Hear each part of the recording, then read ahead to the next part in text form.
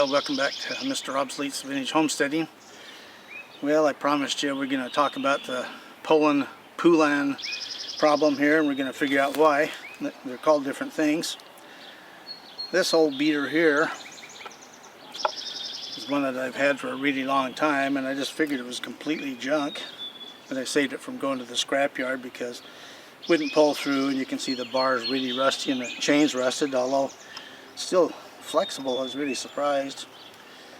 And the other day I figured, well, we'd do a video on these things, and so I drug it out, and the problems it had, actually the recoil stuff was all froze up and locked it up, and I got that freed up, and then I noticed that the crankshaft would move and the flywheel would turn and stuff, and so I pulled the plug out and put some oil in it and checked it out a little bit, and it actually turns over really good. Got really good compression. It doesn't have any spark though, but it had mud daubers in the cooling fins and stuff. And my XL12 was the dirtiest saw I'd ever seen. This was at a new level. It was really bad. But anyway, it's possible it can actually still be saved. But anyway, the company started out in 1946 making two-man saws, and in the early 50s they moved into the one-man saws and had a bunch of pretty good designs, and they changed hands quite a bit over the years.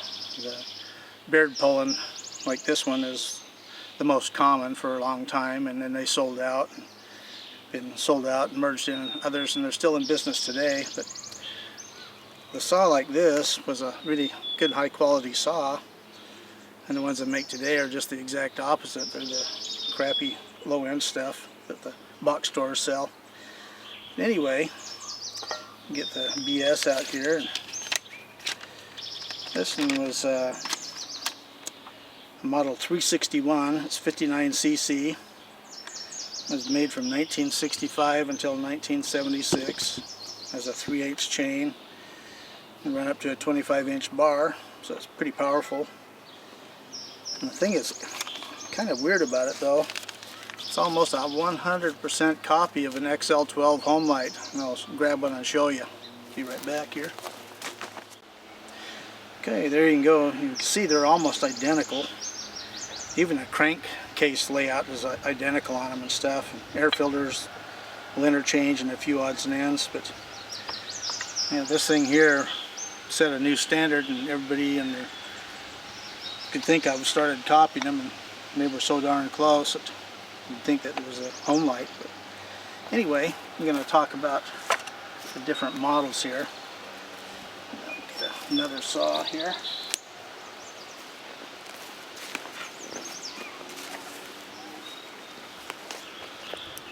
This is my Craftsman model, and this is a 2.3 cubic inch. I just did the video on it, and so go back and watch that to get all the good info on it. And like I say, this one is the top end model of the low end saws.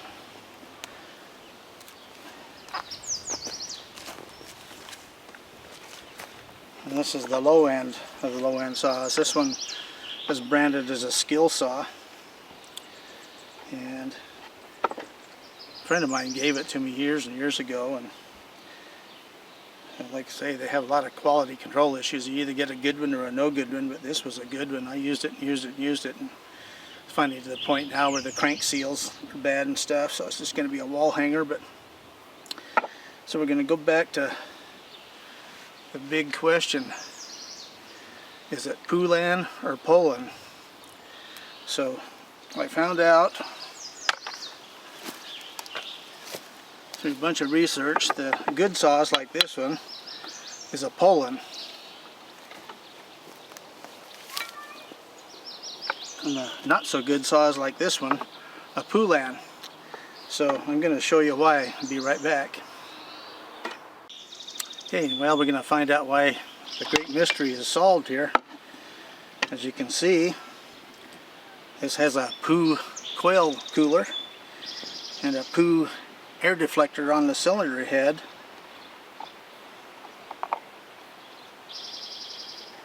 and it even has a Pou air filter So now we know why these things are called Poulans, because they're kind of a piece of you know what.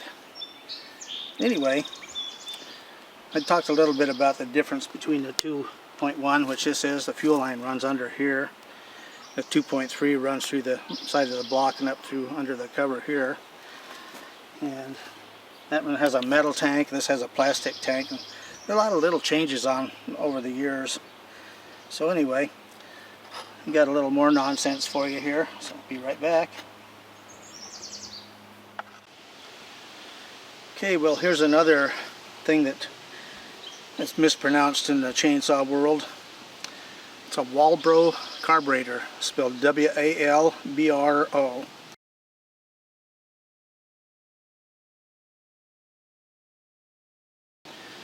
And everybody calls them Laurel Burrows. I have no idea why.